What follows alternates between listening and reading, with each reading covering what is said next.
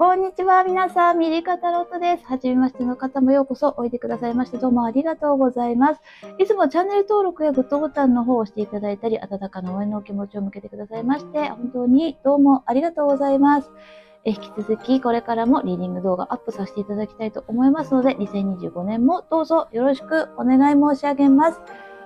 今回のリーディング動画内容はですね、2025年、あなたはどんな年になりますかっていうことなんですけれども、24年もね、いろんな変化ありましたけれども、25年もとっても、世界的にもね、あとはもういろんな、星々や宇宙のそのエネルギーも、変化が大きくなっていくんじゃないかなっていうふうに思います。曲がってたね。ごめん。もう一回いいですか？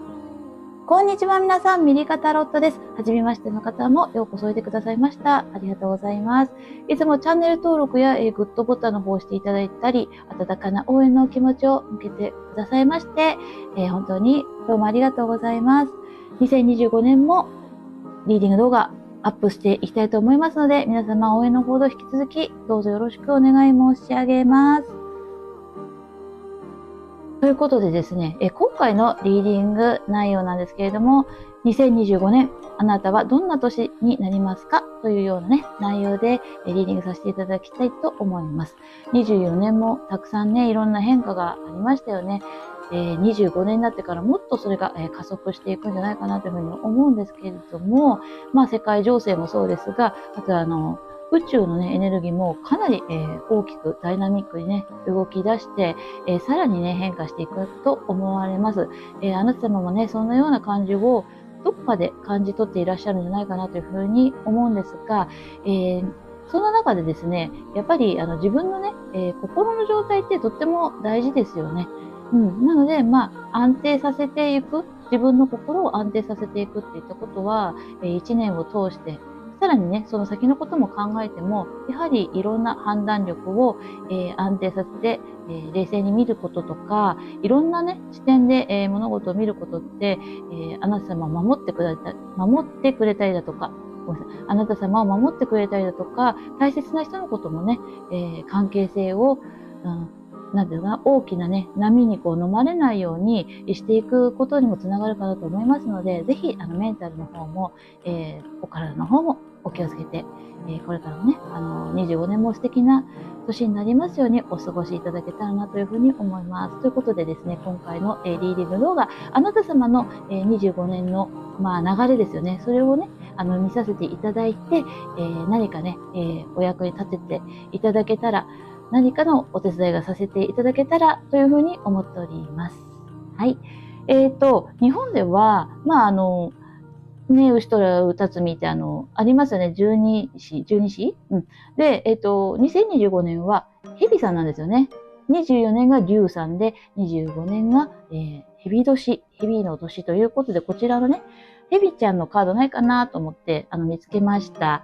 はい、私のね、元にやってきてくれている、ドリームスケープオラクルカードちゃんからの、1枚のカードちゃん。こちらね、The Prophet なんですけれども、女性が蛇に巻かれているとか、ね、なんか仲良くしてますよね。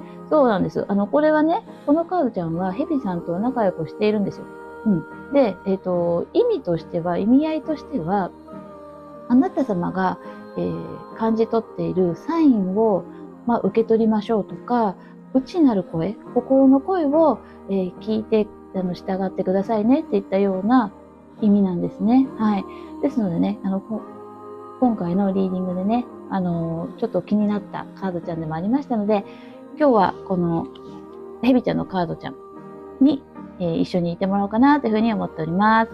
じゃあここにいてください。見守ってください。はい。ということで、選択肢なんですけれど、本日はアークエンジェルオラクルカードちゃんに登場してもらっています。2025年のね、あなた様の1年、どんな年になるのか、まずは選択肢の方から選んでいきたいと思います。それでは、独特の掛け声を、元気よくエネルギーアップして、かけていきますので、もし、よかったらお付き合いください。それでは参ります。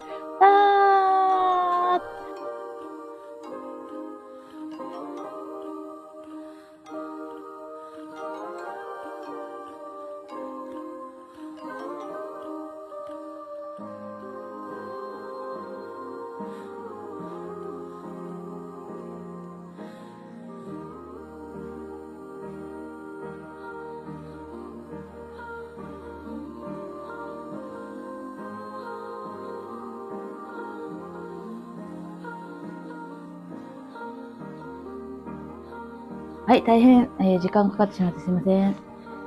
ごめんなさい。はい。では、こちらの3枚のカードちゃんが、出てきてくれてます。左側 A、真ん中 B、一番右側 C とさせていただきます。裏の面で選びたいなというあなた様でしたら、今お選びいただけますとよいかなというふうに思います。何か気になるところ、気になるカードちゃん、ピンときたカードちゃんございましたらお選びください。はい。それでは表の目にさせていただきます。A のカードちゃん、B のカードちゃん、C のカードちゃんです。こちら3枚、アップにさせて、画像を止めさせていただきます。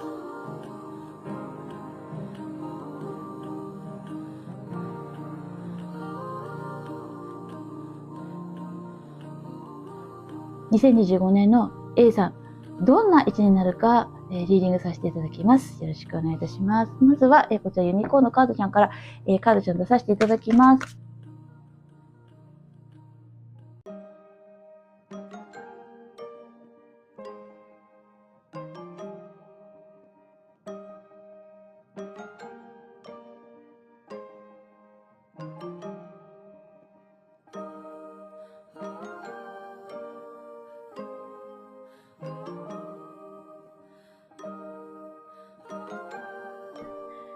はい。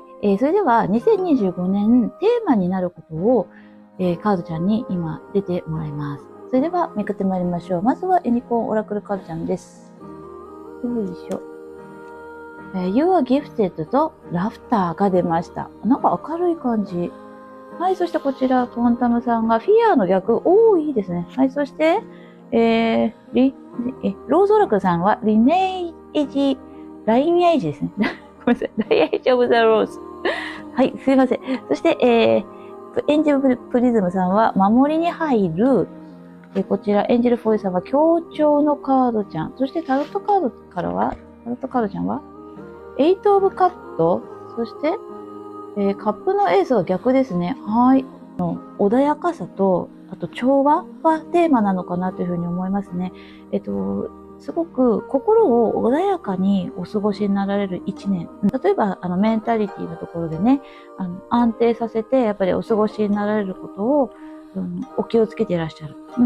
その一方で、ちゃんとね、あなた様のことは守られている、そういったエネルギーがあなた様のそばにいるよっていったようなメッセージも感じるんですね。で、あなた様が、このね、笑っている姿、なんですよね。で、要はギフテッドなので、こちらはあなた様に授けられている知性だったり、才能、っていう部分なんですけれども、あなた様がね、その笑ってお過ごしになられる。楽しい気持ちや、なんていうのかな、楽しい気持ちであったりだとか、テンションが、高いですよね。そういった状態で、あなた様が、自分のお力を発揮される、そういったことを伝えてきてくれてるんですよね。で、こちら、フィアの逆です。これ反対なんです。反対になってるってことは、あなた様の恐怖心、怖いなとか、なんかもう、ちょっと動けないっていったような、自分をがんじがらめにしちゃうようなものね、足止めしちゃうようなものからの解放されてます。はい。で、ちょっとこちら置いといていただいて、守りに入る。これも、あなた様が、安心してね、お過ごしいただいてるんじゃないかなっていうようなところですね。癒されていると思います。守りに入るなので、ご自身がちゃんと、周りのその、ざわざわしている状態やいろんな影響を及ぼしてきそうなものから、きちんと身をね、守れているよっていったようなこと。で、協調ですね。周りの方や、そうだな。だからといって、なんかご自身を守ることばかりね、してるわけじゃなくて、ちゃんと周りのことも、見たりだとか、周りの方と協調を、して、調和を合わせていけてるよっていったような状態なんですね。なので、周りの方から離れて一人だけね、孤立して、自分だけこう守ってるっていったような状態でなくて、ちゃんと調和とかは取れているよってことなんで、ちょっと安心かなというふうに思いますよね。で、こちら2枚なんですけども、カップの8とカップのエースが逆ですね、こちら。あなた様がね、そうだな。そうですね。あなた様の中から出てくる、愛情だったりだとか、優しい気持ちだったりだとかっていうものが非常に繊細なものである。なので、あなた様はやっぱり、何かしらの自分をね、揺さぶるような出来事や、あとはそういった人から距離を取っているような感じを受け取るんですね、私は。なので、上手にね、あなた様の繊細さっていったものを守りながらお過ごしになられているよっていうことも、この2枚のカードちゃんから伝わってきてて、なんか全体的にやっぱり一貫して、そういったことを伝えてきてくれているなというふうに思います。そしてですね、テーマのちょっと終わりのところで、こちらのローズオラクルさんピックアップさせていただきたいんですけれども、Lineage of the Rose ですね。Moved by the goddess, here for this soul called gather っていうかな。でね、これね、はい、こちらね、読まさせていただきたいんですけれども、バラの一族、女神に導かれます。このためにここにいます。魂の呼びかけ、引き寄せます。ということで、現代は目まぐるしく変化し、対立を生む時代です。あなたの魂はそんな時代を自ら選び、だからあなたは今ここにいるのです。あなたは女神、つまり万物の母に率いられたチーム、人類のタペストリーにバラの糸をもう一度織り込んでいくためのチームの一員です。そして自分は大事にされている、安全だと全ての人が思える場所を作ります。父の権利のね、父権社会によって織り上げられた破壊的な模様から人々を癒し、自分もごめんなさいね。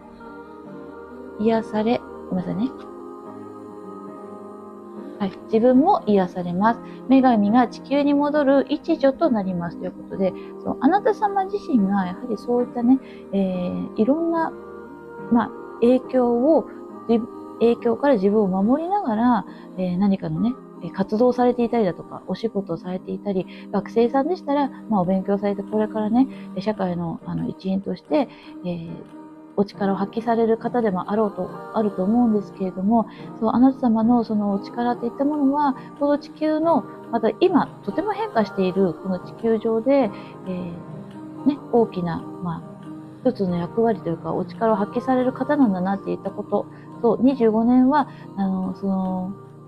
地球の変動していく、世界の変動していく中で、あなた様の安定しているあなた様のメンタリティ。それも一つのこの世界を作っている、大きな、安定剤というか、なんていうのかな、時代を担う、お力になっているんですよということですね。はい、そういったメッセージをくれています。なので、あなた様何か活動されていたりだとかする方なのかな。例えば、ボランティア活動されていたりだとか、何のお仕事でもそうですし、そういったことを目指されている方でもそうなんですけれども、例えば何かの、環境的なものにね、配慮したものを作ろうとか、皆様の何かのお役に立つということで、あなた様そのものがですね、やっぱり協調、調和、そして安定、この地球の波動を作っている25年のあなた様は、穏やかにお過ごしになられることが、テーマとなりますけれども、そういうふうにお過ごしになられますよといったことでもあると伝えてきてくれています。はい、次はですね、あなた様の、お仕事だったりだとか、お勉強、学生さんだったらお勉強やアルバイト、あとは、ご趣味でなさっていること、こういう発信活動をね、されている方も今多くいらっしゃると思うんですけれども、そういったこととか、あと、クリエイティブなこととかね、されている方、取り組まれていることが、25年どんな感じなのかを、カドちゃんに伝えてきてもらおうと思っております。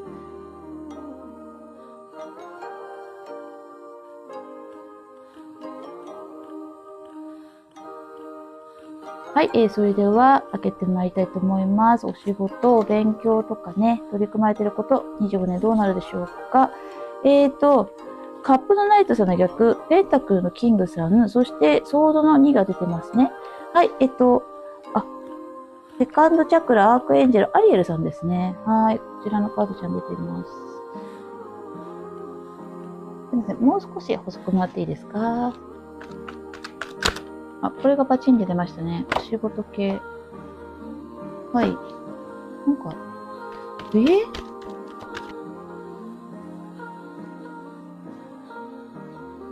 2の4の6。ちょっともうちょっと教えてください。ほうほう。25年って、安定していることが、テーマになってくるよって先ほどお話しさせていただいたんですけれども、あなた様のその中の、穏やかさをキープする。そしてお仕事やお勉強に専念するっていったことを伝えてきてくれてますね。こちらはね、カップのナイトさん、感情を表しています。そしてこちらはペンタクルさん、キングさんですね。でこちらは、経済面だとか、冷静な判断で、そうですね、なんていうかな、目的に向かって進んでいくカードちゃんなんですけれども、目的は主に、ビジネス的なところね、詳細とか商談とか、いろんなビジネスですよね。そういったことも含まれてるんですけれども、やっぱ感情の揺れによって、決めていかないで、あなた様はきちんと理性的にね、これをしたらこういう結果が出るよっていうふうに分かって、それで、お勉強とか、お仕事とか、なさっていくっていったことを伝えてきてくれてますね。25年は、例えばこれ攻撃的なカードちゃんですよね。そう、あなた様は守ることをしています。で、こちらは、ヒーラー・オブ・エイジーズ。精神性のバランスを感じるんですね。そう。だけど、逆になってますよね。すごくやる気になって物を捕まえるぞっていったような、姿勢と、あとはこちらの、セカンドチャクラ、アークエンジェル・アリエさん。あなた様のその男性、女性のそのエネルギー体、そこのバランスを測るために、こちらね、出てくれてるのがヒーラー・オブ・ディ・エイジーズさんなんだと思うんですよ。その間を取り持って、攻撃性とか、その、あなた様の性のね、バランスみたいなものを取るっていったようなことを暗示してますね。なので、その間であなた様は動くことはあったとしても、最終的にはきちんと目的を持って、その目標に向かって進んでいく。そこが大事なんだよっていうふうに、あなた様が決定していく。それが決定打になっていくことを伝えてきてくれてますね。なので、25年は、本当にね、落ち着いて、理性的に、ことを運んでいくことをなさっていると思います。そう。なので、どういうふうになるかっていったことなんですけれども、もうね、ペンタクルのキングさんなんですね、こちら。キングさんなので、最終段階のような感じが私はするんですよ。ある程度ね、いろんなことを経験してきたからこその、分かっていることっていうものが、あなた様の力になっている。先ほどもね、あなた様のタレント性とか、あとは、インテリジェンスの方、知的なところ、知性のところっていうものが、ラフターでも笑ってる、楽観的になってますので、そう、こちらね。なので、もうね、目標を見据えて、かなり近いところまで行っている。目標達成とか、あとはもう目標達成したよっていったようなことも伝えてきてくれてるんじゃないかなというふうに思います。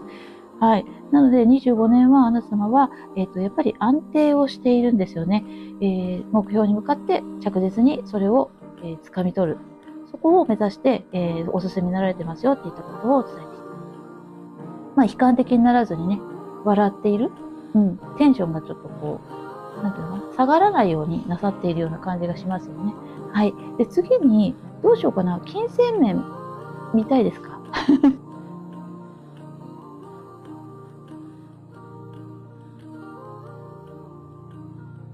はい。では、こちら、25年あなた様のお金の流れ、見ていきたいと思います。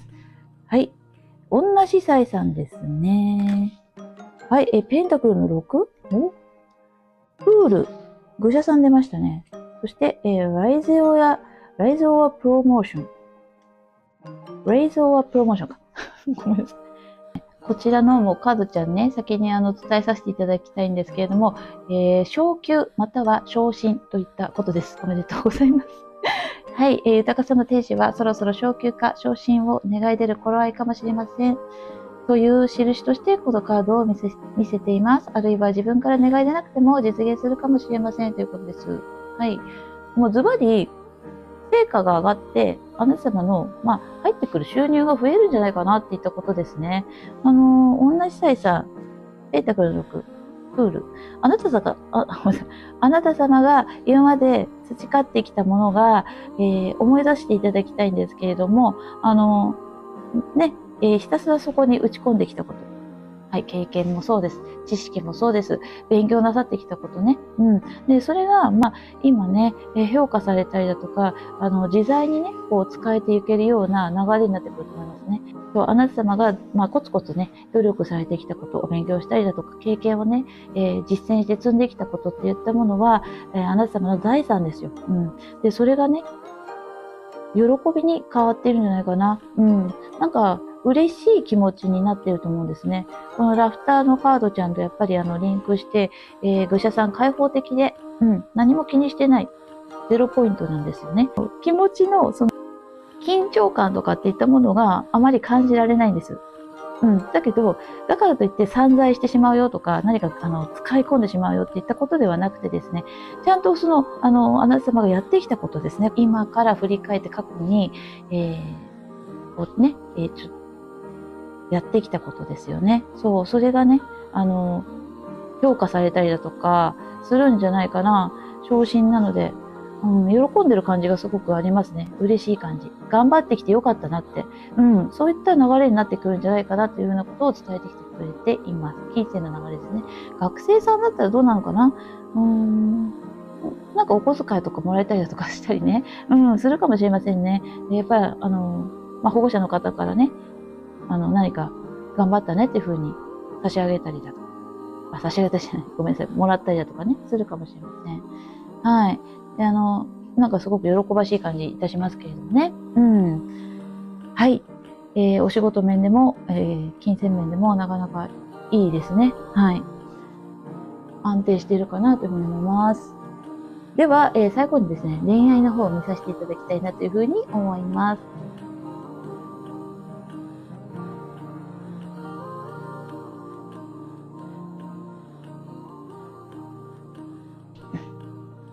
では、恋愛の方ね、開けさせていただきますね。まずは、ペンタクルのエース出ましたね。恋愛面ですね。ペンタクルのクイーンさんが逆。こちらはカップの 9? わあ、いいですね。そして、ストリングスが逆です。ラボオラクルカードさん、ドン。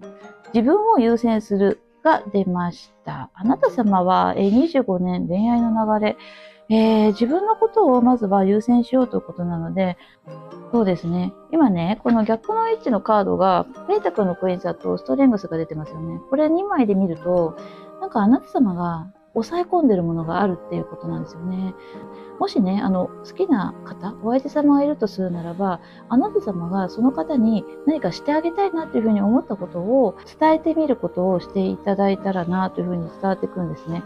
25年の流れ、ペンタクルのエース出てるんで、良い流れだとは伝わってきます。カップのないんですけども、これは願いが叶うカードちゃんで、あなた様の理想のね、日々がこれから繰り広げられますよっていうことなんですね。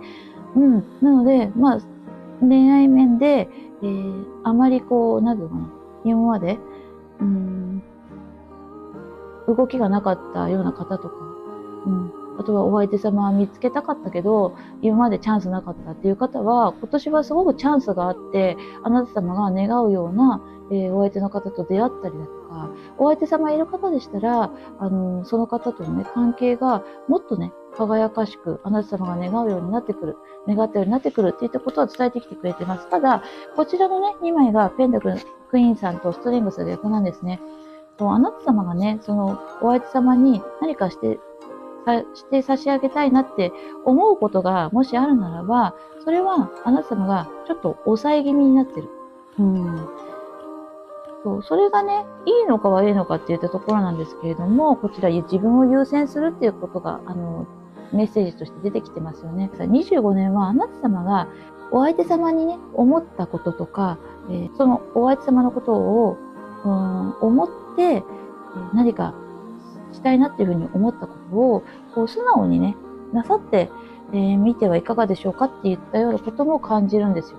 自分を優先する。あるいはもう一つは、あまりね、お相手様に合わせすぎたりだとかしない方がいいのかな。と思って、何かこう自分のことをまずはなさる。自分を輝かすことをまずは優先してるのかな。ひょっとするとですね、あなた様は、例えばお相手様が何考えてるのかなとか、どんなことを思ってるんだろう、何してるんだろうっていうような感じで、ずっとこう気になさってしまっているような日々をお過ごしになられていたのかもしれませんよね。だけど、25年はそうじゃなくて、あなた様が解放されて、解放感があってね、こう自分の時間をとってもね、大事にするような過ごしされ方をしてるんじゃないかな。なのでね、これ逆なのかな。最初ね、私ね、もっと、なんていうかな、自己主張をしていったらいいんじゃないかなというふうにも思ったんですよ。抑え込まないでね、お相手様にどんどん働きかけていけばいいんじゃないかなというふうに思ったんですけれども、もしかすると、そういったことも気にしないで25年はお過ごしになられているんじゃないかな。こっちの方が強いのかな。まずはご自身の、毎日を例えば自分が喜ぶこと、自分を喜ばすこと、そういったことをね、中心に25年お過ごしになられていく。そして恋愛面で見てるんですけれども、ね、願いが叶ってくるっていうことなので、なんかあなた様自身がすごく輝いて、素敵なね、パートナーさんを引き寄せたり、出会ったりだとかされている。で、お相手様がいらっしゃる方は、その方と、なんていうのかな。その方が主体じゃない25年をお過ごしになられている。とてもね、魅力的なんですよね。で、願いが叶っているので、関係性は良いと思います。豊かさも関連しているので、パートナーさんとね、力を合わせて何か何かのことをお始めになられて、ビジネス展開されている方もいらっしゃるかもしれないし、力を合わせて、収入がね、アップしている。そうですね、先ほど昇給の、カードちゃんが出てたので、あなた様がどんどんね、昇給していくか、お相手様が昇給していくか、なんかすごくいい影響を与え合うんじゃないかなというふうに思うんです。なので、お相手様が主体じゃなくて、あなた様自身を主体として右往左往させられない。俺が、まずはドーンと、自分のね、毎日をちゃんとしっかり過ごしていこうっていったような、なんかそういったエネルギーなんじゃないかなというふうに感じております。はい。どちらにせよですね、いいですよ、これ。非常に力強い、カードちゃん出てます。恋愛面もね。あなた様素晴らしい25年ですね。はい。ということで、恋愛面も見させていただきました。ラッキーカラーね。ラッキーカラー見ましょう。はい、こちらですね。2の、C の6。じゃーん、パープル。明晰性を発達させるですって。いやー、綺麗な色。そうですね。紫色。紫色は、慈愛の色だったり、なんか精神性をね、感じさせるお色でございますね。明晰性なので、頭すっきり、心すっきりみたいな、安定感がすごくあるので、そこでね、どんどんいろんなお力をあなた様は、発揮されて行かれるんじゃないかなというふうに思います。もしよければ、このね、お色のアイテムなんかも、身につけたりだとかされるとよろしいですね。ごめんなさい。良いかなというふうに思いますね。紫色ですって、パープル。綺麗な色ですね。はい。で、アファメーションも出させていただいていいですか？よっ。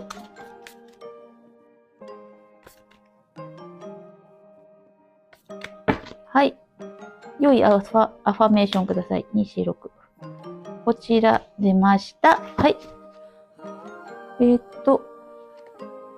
私はかけがえのない存在です。私はありのままの自分を大切にします。いいですね。自分を優先するとかね。出てましたね。私は自分を十分愛せます。呼吸する権利を得なくて良いのと同様に、人の愛を得ようとしなくていいのです。まさにまさに。なんか、一生懸命人のことをね、思って、その人からの愛をこう引き出そうっていう感じではないですよね。あなた様は、25年、自分を優先する、恋愛面でね、出てくれたカードちゃんにちょっとリンクするのかなというふうに思いますけれども、安定している、感じがいたしますよね。自分を十分愛せます。呼吸する権利を得なくて良いのと同様に人の愛を得ようとしなくていいのです。はい、そうです。あなた様にはもうすでにね、そういった、権利というかもう存在なので、かけがえのない存在なので、はい、ありのままの自分を大切にします。もしよかったら、こちらのね、アファメーション、時々言っていただけたら良いかなというふうに思います。はい。こちらも置いときましょう。はい。それでですね。では、最後にね、こちら、光のメッセージカードさんから、大いなる存在さんからのメッセージをもらって終了させていただきますね。よいしょ。2の C の6、こちら、ドン。喜びの源。はい、ソースオブジョイ。こちら出ました。私は再び幼子のように生きることの喜びを思い出す。どんな出来事があってももう悲しみと絶望に陥ることはない。暗い気持ちを手放し、あくまでも人生の素晴らしさと周囲の明るいものに目を向けていこう。もう一度ハートに入り、喜びと平穏を見出そう。平穏が出ました。こちらのカードちゃんのメッセージいただきました。いかがでしょうかね。平穏と喜びと平穏を見出そうということです。まさにですね。はい。ね、綺麗ですね。ということで、A さんの2025年リーディングさせていただきました。いかがでしたでしょうか。なんかもうとても安定感っていったものを感じますね。25年安定して、いろんなものがまた、発展とか、こう、パワーアップしていくんじゃないかなというふうに思われますので、はい、良い出会いもあるとも思います。素敵な一年でしたとも言ってしまいますね。はい。ということで、ご視聴どうもありがとうございました。もう一つでもいいなというふうに思っていただけましたら、チャンネル登録、グッドボタンの方でも応援していただけますと、私も2025年、さらにパワーアップさせていただけますので、そちらの方もどうぞよろしくお願いいたします。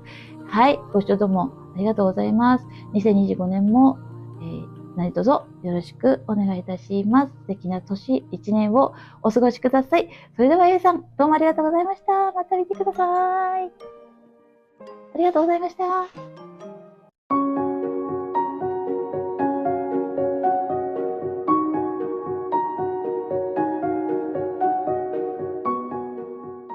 はい、それでは真ん中 B のカードをお選びいただきましたあなた様、2025年どんな1年になるのかリーディングさせていただきたいと思います。よろしくお願いいたします。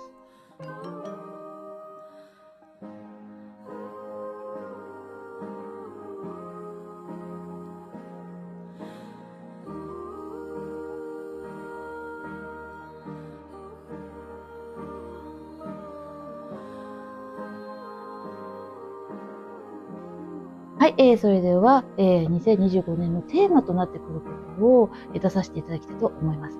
それでは、ユニコーンオラクルカードちゃん、こちらとこちらですね。はい、Was Waiting For と Hello and Goodbye が出ました。Hello and Goodbye。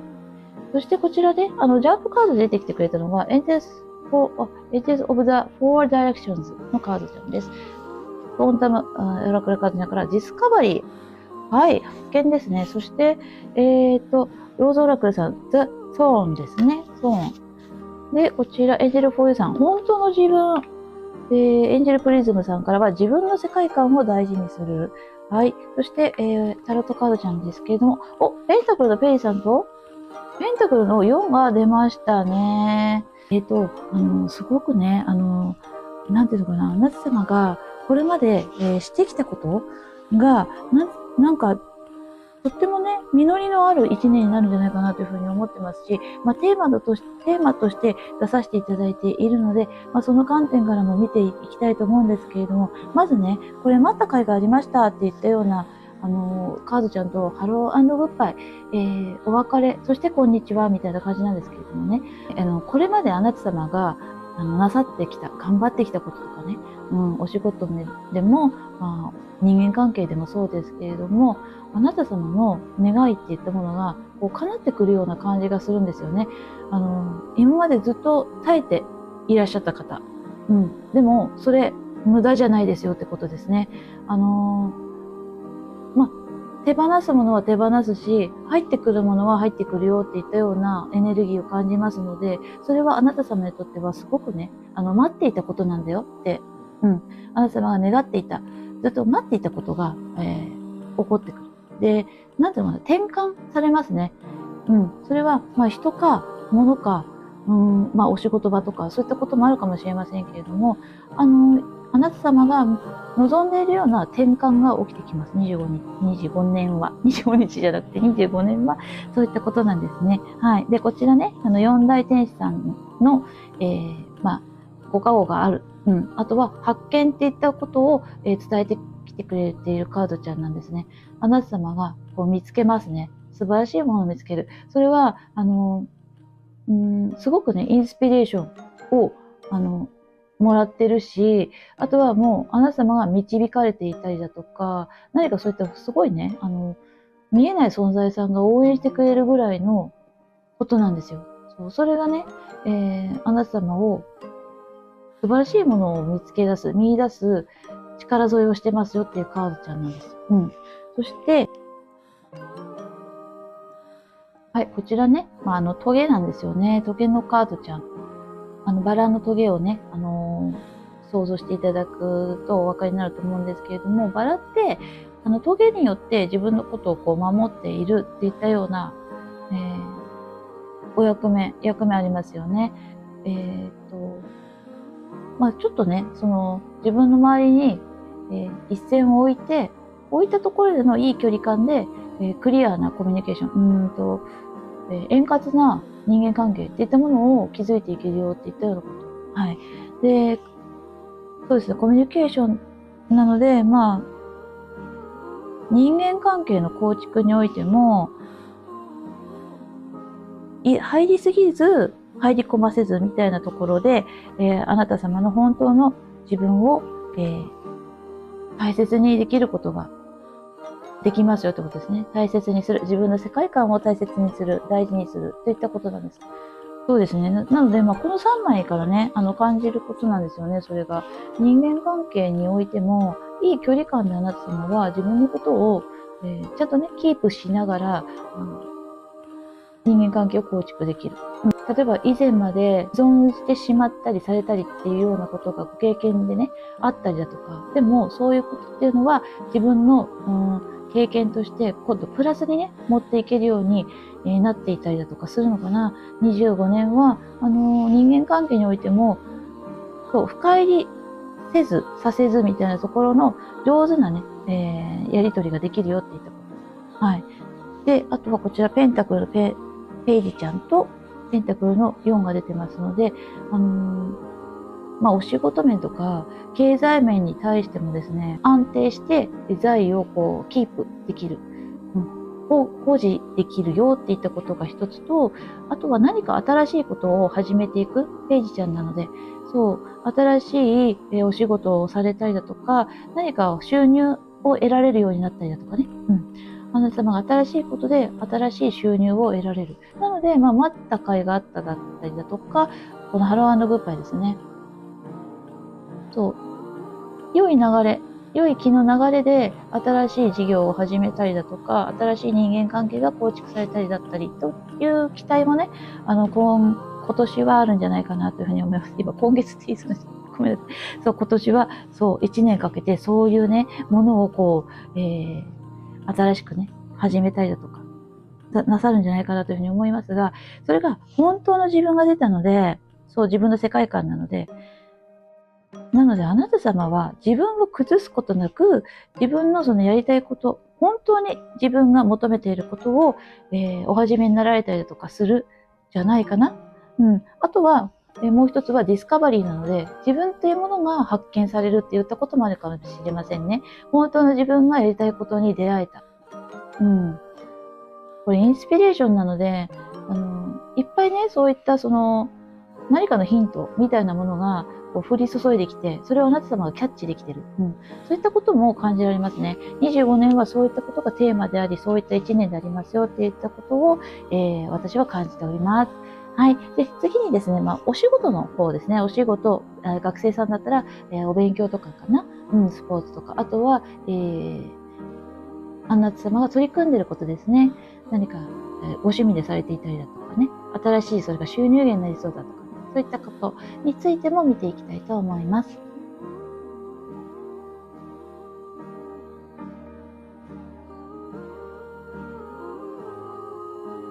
それではお仕事とかね、お勉強とか、どのようになるのか見てまいりましょう。開けていきます。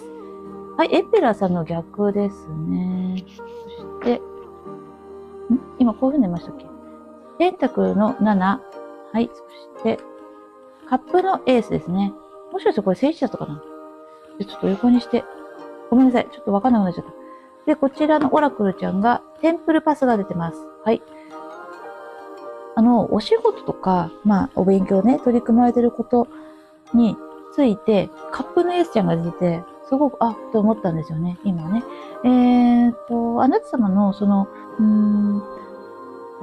なんかね、これ大事だなって、これやっていきたいなって言ったことなんですよね。それが、だいぶ、できるようになってきてるよってことを感じます。テンプルパスが出てるってことは、あなた様が精神性のね、道なんですよ。そう。精神性の道。心で感じていることや何か直感で、来てること、それがね、感情面のカップのエースとともに出てきてくるので、あなた様が、これだなって思うことをなさってる感じがしますよ、25年ね。で、お勉強とかにやりたくないなっていう、イメージとかあるかもしれないけど、でもね、それはあるんですけど、でもあなた様がその、取り組むことを多分自分から進んでされている。25年ね。で、エンペラーさんの逆。ペンタクルの7か。そうですね。やっぱり自分の、進む道、この道だっていうふうに思っていたことがあるんだけど、それについてね、少し揺らぐかもしれません。それをしていくことについてどうなんだろうって。本当に自分がその道でやっていけるのかとか、この道正しいかなとか、自分が選んでいるその目標って、設定ってどうなんだろうって、ちょっと迷ったりだとかするかなっていうふうなことを感じるんですね。でもあなた様は最終的には、その道で行こうっていうふうにお決めになられたりだとか、何かこうやっぱりインスピレーションが来るんじゃないかな。こちらね、テーマのとこで、四大天使さんのインスピレーションと、発見のカードちゃんが出てたんで、私これがすごく繋がってくるんじゃないかなというふうに思うんですよね。やっぱりそのテンプルパスで精神性のつながりなんです。あなた様がやっぱり直感でね、感じたもの、それが、大きな、支えとなってね、ブースターかけてくれるんじゃないかなというふうに思いますね。お仕事の、進行具合とか、ご自身がもうこれやっていこうというふうに思えるようになったりだとかね。ちょっと揺らいだことがあったとしても、あなた様は、思い直して、立て直して、で、その目標を、完遂するために、お勉強したりだとか、お仕事一生懸命頑張ったり、作品作ったりとかね、なさっていきますよっていったことを、伝えてきてくれていることを私は感じました。はい。次はですね、金銭面ですね。金銭面の方、一応出させていただきたいと思います。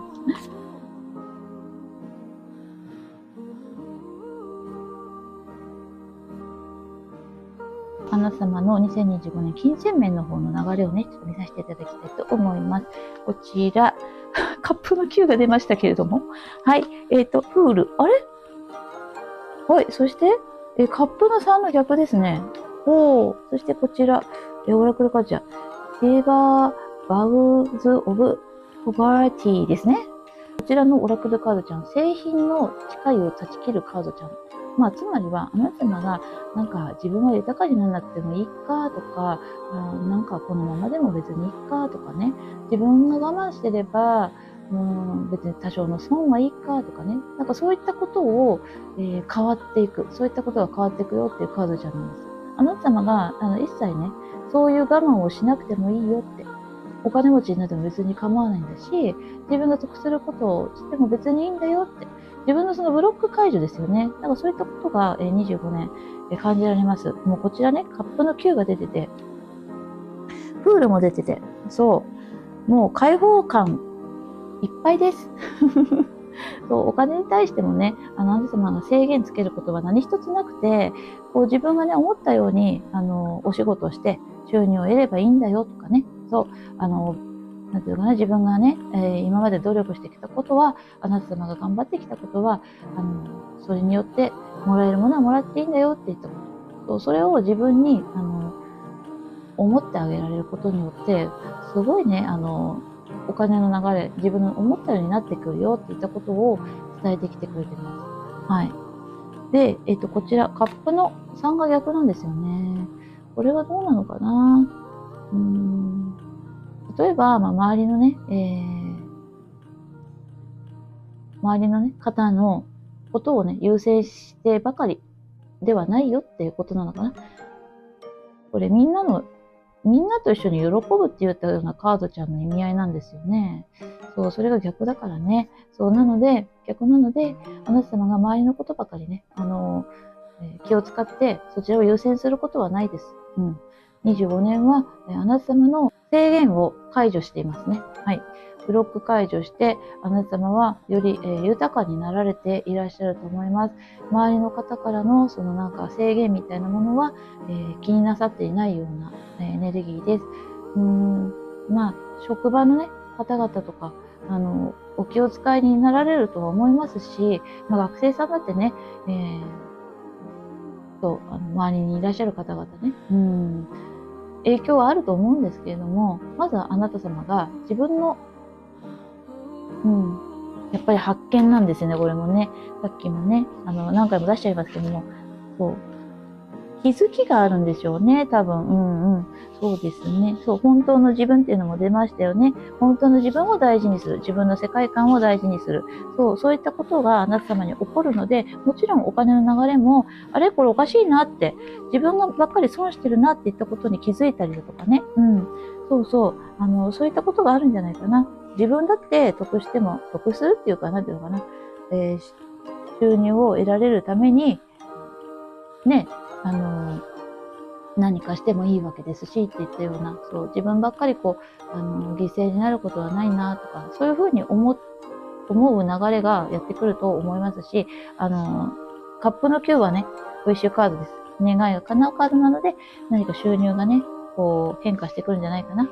それはもう上向きに変化してくるんじゃないかなっていったようなことを伝えてきてくれています。はい。そしてですね、次は恋愛面ね、見させていただきたいと思います。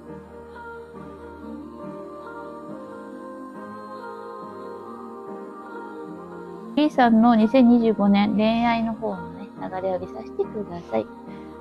めくってまいりましょう。ソードのエース、ワオ。シサイさん、そして、ワンドのナイトさんに、一人きりになる。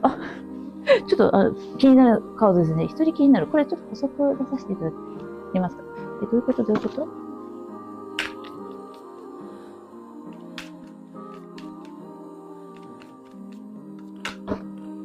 2、4、6、補足ください。愛すべき人。なんかもう今、伝わってきませんでしたか？なんかね。もうなんか、これ、あなた様が一人になるんじゃなくて、愛する人ができてくるってことじゃないかな。一人愛する人が出てくるっていう感じがするんですけど。ね。ねって言っちゃった。なんか周りにね、いろんな方がいらっしゃっても、なんかこの人だって思う人が見つかるよとか、わかるよとか、気づくよとか、なんかそういったことに私は感じるんですよ。なぜかっていうと、こちらのタロットカードちゃんもね、合わせてご覧いただきたいんですけれども、はい、ごめんなさい。ソードのね、エース。だってもうこれ、すごい意志力ですよ。なんか決めたって感じがするんですよ。決めるカードちゃんです。そう。思い切ったすごい強い決断とかね。始まりのカードでもあるけれども、決めて始めていくっていうカードちゃんなので、お花もね、咲いててなんか、ラブリーですよね。あと、司祭さんが出てますよね。これあなたが、すごいなんかもう信じる力とか、信じることとか、信頼とか、そう、なんかそういったことも感じる。あと、運命的とか。で、ワンドのナイトさん出てますよね。めっちゃ行動的なんですよ。めちゃめちゃ行動力。うん。もうね、諸突猛進じゃないけど、もうこの人だっていう人が見つかったっていうような感じがするんですよね。そう、なので、もうね、お相手様がいらっしゃる方は、もうその方との何かこれから、すごい絆でね、結ばれて行かれるんじゃないかなというふうに思いますし、お相手様がそういうふうに決心されるのか、あなた様が決心されるのか、何かそういう動きはどちらにせよあるんじゃないかな。うん。そう。で、愛すべき人。例えば、今、距離をね、取っていらっしゃる方も、一人きりになった時に、愛すべき人は、この人だって、お互いに思えたりだとか、する。うん。ね。一人の時間もとても大事なんですけれども、この一人の時に、会ってない時間ってすごく大事じゃないですか。会ってない時間に思い出すって恋愛の上ですごく大事なんですって。うん。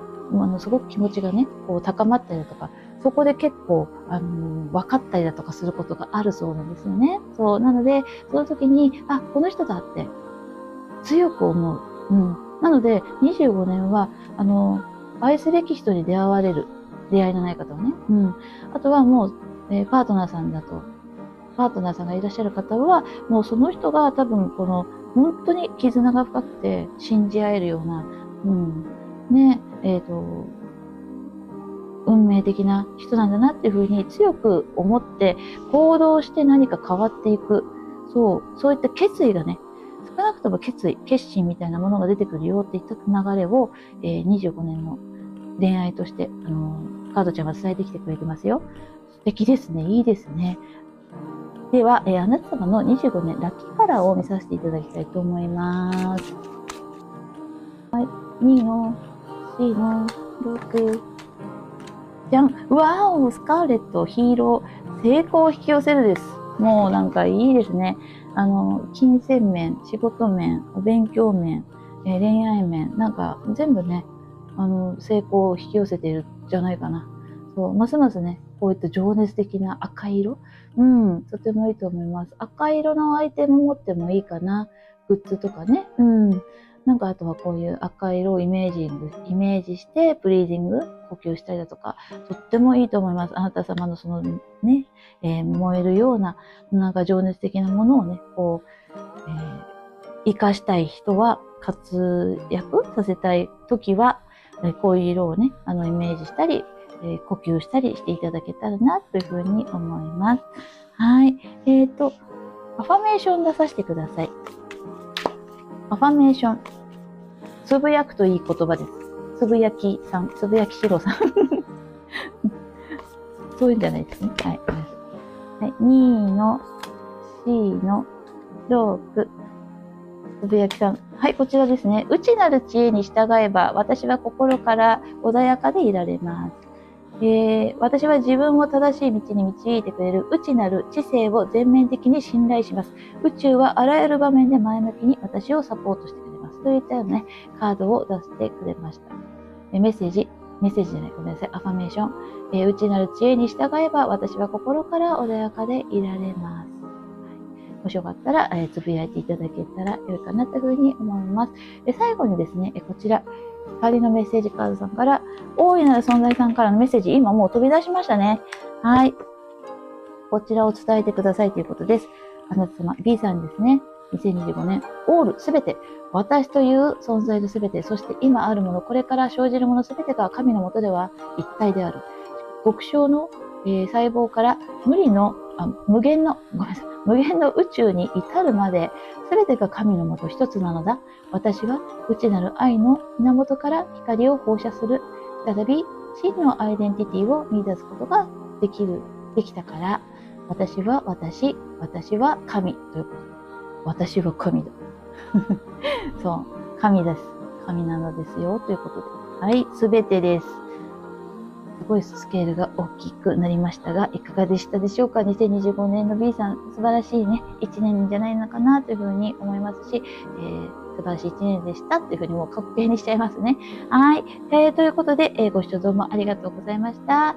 もしね、ちょっとでもいいなっていうふうに思っていただけましたら、チャンネル登録、グッドボタンの方で応援していただけますと、私も2025年、モチベーションアップして、参りますので、そちらの方もどうぞよろしくお願い申し上げます。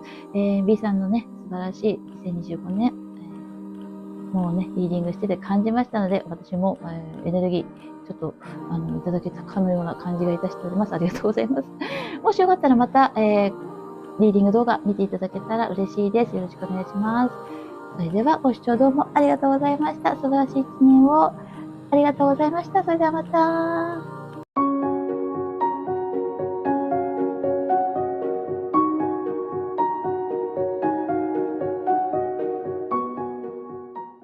C さんですね。C のカードを選びいただきました。皆様のリーディング、2025年どんな一年になるかリーディングさせていただきます。よろしくお願いいたします。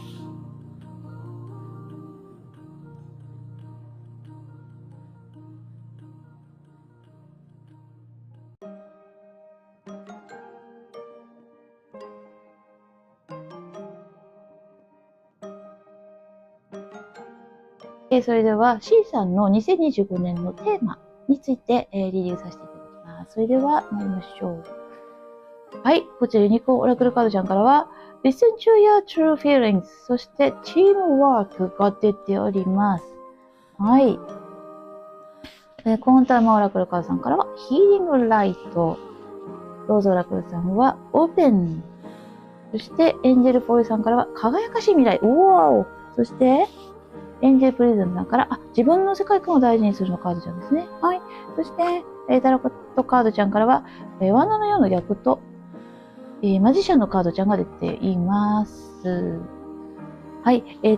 まずね、こちらのカードちゃんからも感じるように、もう光がすごく感じるんですよね。照らしてますよね。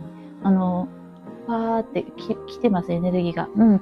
でね、25年の、1年通してあなた様がもう非常に自分の中からの、光を放っているんですよね。そう、こちらオープンのカードです。ローズオラクルさん。これは、限界をね、もう感じさせないぐらいに、あなた様の、この、開いていくわけですよ。イエスっていう感じで。うん。受け入れるとか、あとは、受け入れるだけじゃなくて、あなた様からの光も出しているエネルギーもね。うん。でね、すごい、高まる感じがいたしますし、こちら、タロットカードちゃんからは、ワンドの4が、逆ですけど、こちらね、逆になったとしても、意味そんなに、正逆関係ないんですよ。このカードちゃんはね。ワンドの4は。うん。なので、こちらのカードちゃんね、正位置で見ていただいても良いと思うんですけれども、マジシャンのカードと共に出てきてくれておりますので、あなたのこのハッピーな、この安定感のあるね、安らぎの時、あるいはもうそのパートナーさんと、一緒にお過ごしになる幸せな時間とか、なんかもう至福の時をですね、あなた様はこう、作り出している。そうなんです。またそれがね、元となって、生活がもっとこう、面白くなったりだとか、ワクワクしたりだとか、そういった方面に、進んでいきますよって言ったようなね、そういったことなんですよね。うん。なので、思いっきりあなた様は、テーマとしても出てるので、もう今年はですね、25年は、あなた様が開いていけば、開いていくほどですね、ハッピーな時を過ごせるよ。あなた様が作り出せるんだよ。っていったことが、伝わってきております。うん。で、輝かしい未来。そして、自分の世界観を大事にする。自分の時間ね。それがとてもね、充実してくるよっていったこと。うん。あなた様がそういうふうにしようとすればするほど、それが輝かしい未来にどんどん繋がってくる。うん。で、輝いてるんですよね。これも。光。オープン。うん。で、それがテーマ。もっと輝ける。もっと楽しくなれる。もっと充実させていけるんだ。あなた次第なんです。っていったことかな。はい。で、Listen to your true feelings のチームワーク。この2枚から見ても、やっぱパートナーシップとかご関係性ね、協力し合える。そう。には、あなた様のその感覚っていったものに耳を澄ましてくださいって言ったことです。はい。自分の中の出てくる何かその、なんていうのかな、不思議ななんか気持ちみたいのがあるじゃないですか。時々こう、わってこう湧いてくるようなこう愛情だったり、愛おしさだったり、なんかそういったものを大切にしていただけたらなと思うんですね。その湧き出してくる瞬間のその愛情とか愛おしさっていったものを、お相手様とか、そう、あとはチームですよね。まさに同僚の方、同僚、嫌だって思われた方は、そこじゃないかもしれませんね。もしかしたらそういう感情を、こうなんか湧き出してきたときに、こう素直にね、それを、まあ、スポーツだったら、スポーツのチームに、こう、伝えるとか、見せるとかね。あとは、お相手様ね、とかですね。あとは、ご家族かな。そう、あなた様が力をね、合わせたい人たちの、力を合わせたいなっていう人たちに向けての、その感情をね、出していただく。そこに、ちょっと何かヒントとかテーマがあるのかな。はい。テーマで出してるからそうだよって。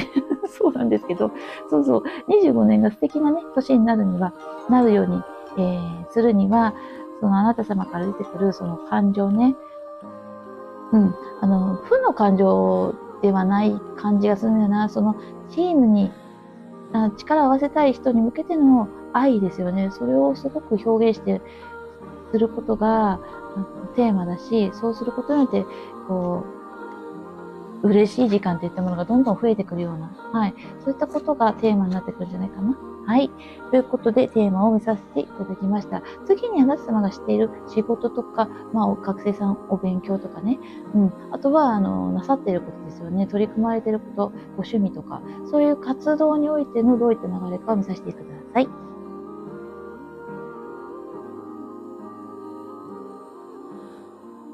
それではあなた様のお仕事とかですね。はい。お勉強とか、開けてまいりますね。25年。ドンカップの2を、司祭さんが逆ですね。そして、ペンタクルの4が逆ですね。はい。そして、オラクルカードちゃんからは、アタッチメントが逆に出てます。なんかね、そうだな。ルールにあまり縛り付けられないでって言ったこととか、常識的なこととか、なんかすごく自分をこう固めてしまうような、縛り付けてしまうような概念とか、なんかそういったことを、自分で解放していけるよ。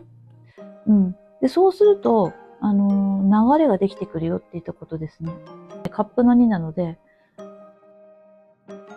ルール的な変なすごく概念的なこだわりっていったものを手放していかれると思うんですよ。切り離していかれる。そうね。で、今年そういう流れですね。もうお仕事の場所、複数でなさっている場所で言えば、まさにね、このチームワークじゃないけど、いや、そうです。じゃないじゃなくてそうなんですけど、あなた様のその、感性とか、感じたことっていったものを共有したりだとかして、職場の流れ、それがね、できてくるんですよね。大きな変化か小さな変化かっていうのは、ちょっと変わってきてしまうかもしれないけれども、なんかバイオリズムってきたんだな。その職場のね、バイオリズム、仕事内容のバイオリズムもそうですけれども、あなた様のその、感じていることを、やっぱりその伝えるんですよね。共有している。それはアイデアかもしれない。あなた様のその愛の部分から出てきている思いっていったものをこう共有し合って、流れができてくる。それって今までなかったことかもしれない。その場所にとって。その職場環境とか、職場でね、今までなかったようなことをされるかもしれない。なので、ガチガチにその、前例に従ってやるとか、そういったことではないことで、突破口を開いていったりだとかするかな、お仕事の方。取り組まれてることもそうですね。突破口で来るね。お勉強ね。何か切り離すっていうことなんですよ。そう。だから、なので、なんか概念ってくるんだよな。すごくね、守りに入ってしまってるあなた様。はみ出さないようにしてるのかな。はみ出さないようにしていることを、そんな、なんていうのかな。そこまで気にすることもないんだなって気づくことがあるのかな。なんか切り離してるんですよ、あなた様が。そう、そこでね、なんかパーってこう開いていく。突破していくんですよね。きっかけとか糸口なのかもしれない。例えばお勉強法とか、いい先生と出会うとかかもしれないし、お仕事面でもそうですけどね。何かのつながりっていったものが開始されていく、始まっていく。そう、あなた様が概念を切り離すから。前例がないことかもしれないし、何かやり方として新しいものを、あなた様が作っていったりだとか、何かインスピレーションできたものを提示したりだとかして、そこの、雰囲気がガラッと変わったりだとか、そういった、流れをこのメッセージから、カードちゃんからメッセージとして、感じたんですね。いっぱいいろんなこと言っちゃったんですけど、もし何か、気になるなっていうようなことがありましたら、はい、それを受け取っていただけたらなというふうに思います。ピンときたなって言ったことがあったら幸いです。はい。ということで次はお金の流れを言ってみましょう。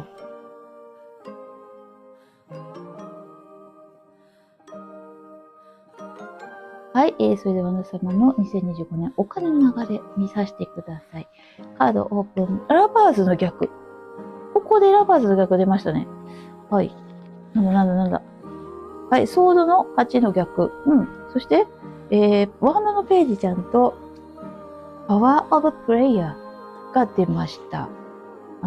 お金大好きですかお金大好きですか？ラバーズの逆が出てて、おそらくこれね、お金のことについてすごくね、心配してしまってるんじゃないかな。なんか不安感があるんじゃないかなっていったこと。ソードの8の逆。がんじがらめで動けませんよねっていった状態の逆が出てて、で、ワンドページちゃんが、出てますので、ワンドっていう数字なんですけど、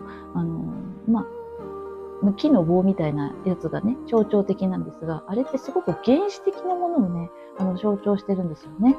そう。なので、頭で考えるよりも、中から出てくる、熱量ですよね。そういったものが象徴されてるんですよ。なんていうのかな。本能的というか。そう。なので、なんか考えすぎちゃって、不安になっちゃってるかな、お金のこと。金銭のことね。経済的なこと。で、これね、祈ってくださいっていうことです。祈りの力のカードちゃん。だから、心配をあんまりしないようにして、楽観的というか、行動的であるというか、なんか、頭でいろいろと考えないようになさってますよってことなんですよ、25年は。そう、不安感とか、ね、あるけども、世の中もいろいろ動いていますので、なんか、いろんな話も聞いてしまいがちですけれども、そこで、なんかガチガチに動かない。そう、途中でね、もし思ったとしても、ちょっと不安がよぎったとしても、あなた様は、祈りの力が強いから、まずはね、いいイメージをすること。そう。で、良くなるようにって思うこと。で、それは自分の経済状態もそうだし、世界的な経済状態もそうですけれども、世界がもっとね、みんなが豊かになるようにするには、どうしたらいいかなっていうふうに、良いイメージ、ビジュアライゼーションをしていただくと、そういうふうになさると思いますね。で、あとは、ワンダのページちゃんなので、例えばね、何か投資をするかもしれないし、ごめんなさいね。これ個人的なことなので、自己責任になっちゃうんですけれども、お金の運用ですよね。そういったことを考えたりだとか、なさったりだとかするかもしれないし、お仕事ですよね。そういったものに情熱を注いだり、コツコツと現実的に、リアル的って言わないか、そう、現実的に、お金を心配のないように行動的になさったりだとかするかな。そお金の流れ、あなた様の意識ですよね。そう、そこがちょっとね、伝えてきてくれてることなんですよ。そう、心配や不安になったとしても、あなた様はいいビジュアライゼーション、イメージをして、お金に対してもっとお仕事をして稼ぐ。自分が頑張って稼ぐみたいなところとか、勉強して何か投資するとか、なんかそういうね、動きになってくるんじゃないかなっていったことを伝えてきてくれてますね。多分ね、宇宙さんとかは、あなた様があまりね、不安定にならないようにっていったことも、伝えてきてくれてるから、このカードちゃん出てきてくれてるんじゃないかなというふうにも思います。はい。そして、恋愛の方のね、流れ、ちょっと見させてください。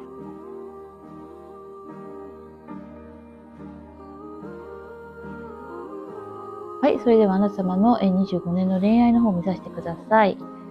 で、こちらがカップの8の逆。ワンドのナイトさんの逆。そして、ペンタクルの3ですね。ラブオラクルカードちゃんは、よく考える。もう1枚ください。ちょっとわかんないな、これだと。補足ください。恋愛の流れ。2、4、6。欲しいものを明らかにする。もう1枚もらっていいですか？よいしょ。2、4、6。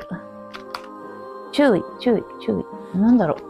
出会いとかを求めていらっしゃる方、パートナーさん欲しいなって思っていらっしゃる方は、あなた様自身がどんな人が本当はいいんだろう、自分にとって合うんだろうっていったことをすごく考える一年になるかなというふうに思うんですよね。でね、過去の恋愛経験とかも、ちらちら出てくると思いますね。フィードバックするかもしれない。だけど、あなた様は、それが元になって、恋愛関係が自分にとってね、もっと自分の思ってるような関係性を築くにはどうしたらいいんだろう、どういうパートナーさんがいいんだろうっていうふうに考えたりだとかするんじゃないかなっていったことと、ペンタクルの3が出てるので、あなた様のね、そばにいらっしゃる方が、もしかしたらすごくヒントくれてるかもしれない。で、もしかしたらその人がパートナーさんだったりだとか、可能性が高くなるんじゃないかなっていったことを感じるんですね。これ注意っていうのもあるんだけど、これね、周りの人のことをちょっと見てくださいってことかもしれませんね。あなた様のそばにいる人、もう一度ね、見回してみてください。で、関係性が、今ね、発展途上の方、その方とのご関係性、今後のこと、すごく考える一年になるんじゃないかなというふうに思うんですね。もう少しちょっと補足もらいましょう。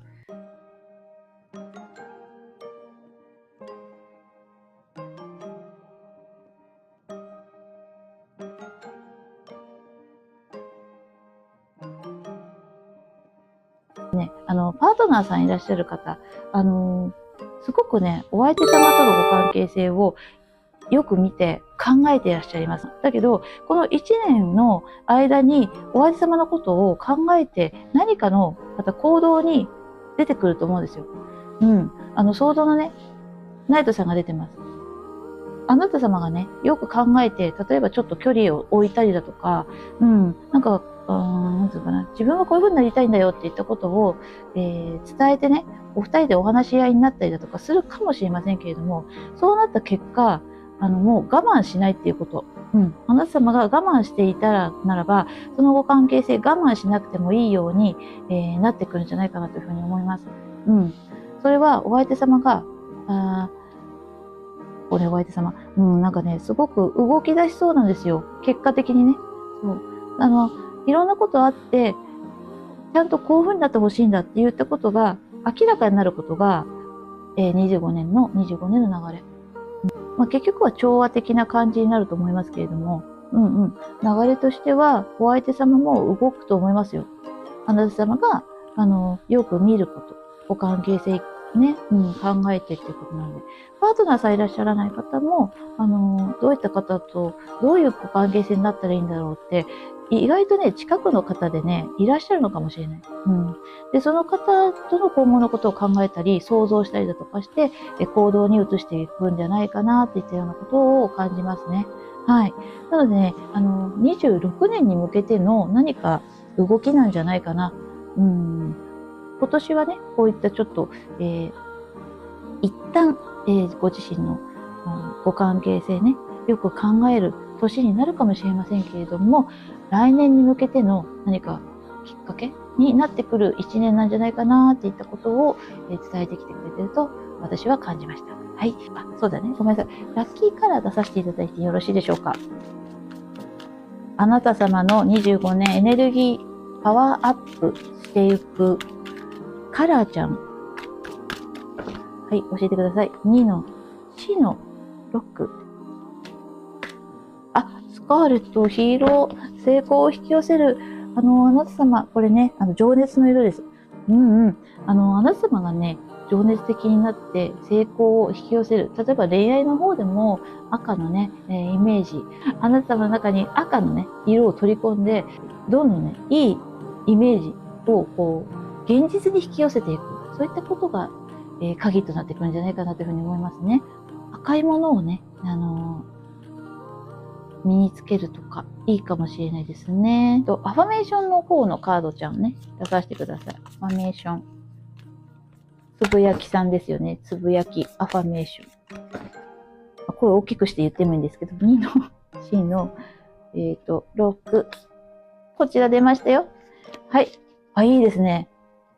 このアファメーションおすすめだそうです。私は今、明るい未来を選択します。素晴らしい。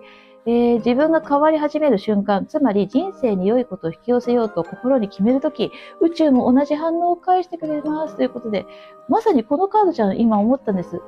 うん。私は今明るい未来を選択します。ね。情熱を、欠かさないでくださいね。持ってくださいね。自分が変わり始める瞬間、つまり人生に良いことを引き寄せようと心に決めるとき、宇宙も同じ反応を返してくれます。はい。素晴らしい。ね、これも成功を引き寄せるカードちゃんです。赤い色。自分の中にね、取り込んでいただけたらなというふうに思います。そして、光のメッセージカードちゃん。こちらは、大いなる存在さんからあなた様へメッセージ。はい。こちら、2の C の6。はい。教え。うん。ティーチング、教え、人生が何を教えようとしているのかと絶えず注意を払う。すると、あらゆる場所からの真実の教えが聞こえてくる。私は大いなる、合一ね、と向かう。道へ導かれている。合わさる。一つへ合わさる道ですね。道へ導かれている出来事は、でたらめに起きるのではなく、理由があると気づくことが大切だ。すべてが自分のために起きている。神は様々な姿をまとって教えてくださる。私はちゃんと耳を傾けているだろうかということで。そうですね。もうなんか恋愛の方でも出てましたけども、何か伝えてきてくれてるんですよね。そうそう。次のステップへ向かうために、次のステップを踏むためには、その前段階として何かをこう教えてくれているので、そうそう、全部ね、前向きに、大いなる統合へ向かう。そうそう。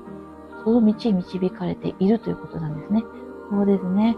まあ本当にね、素敵な、こう、日々をこう、紡いでいくステップとしてこう、全部あるんだよっていったことを、カードちゃんがね、伝えてきてくれてるんじゃないかなというふうに思いました。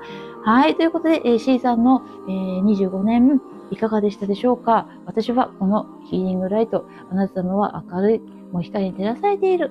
そうそう。で、もう25年もね、光り輝くあなた様で居続けていていただけたらなというふうに思いますし、素晴らしい一年になりましたと、もう私は言ってしまいます。はい、過去形にしちゃいます。もうね、光り輝く一年をお過ごしになられたらと思っておりますので、はい、ご視聴どうもありがとうございました。もしちょっとでもいいなというふうに思っていただけましたら、チャンネル登録、グッドボタンの方で応援していただけますと、私も25年ね、リーディング動画アップするモチベーションになりますので、ぜひそちらの方もよろしくお願いいたします。素晴らしい一年を皆さんお過ごしいただけたらというふうに願っております。ということで、25年もよろしくお願いいたします。ご視聴どうもありがとうございました。それではまた、ありがとうございました。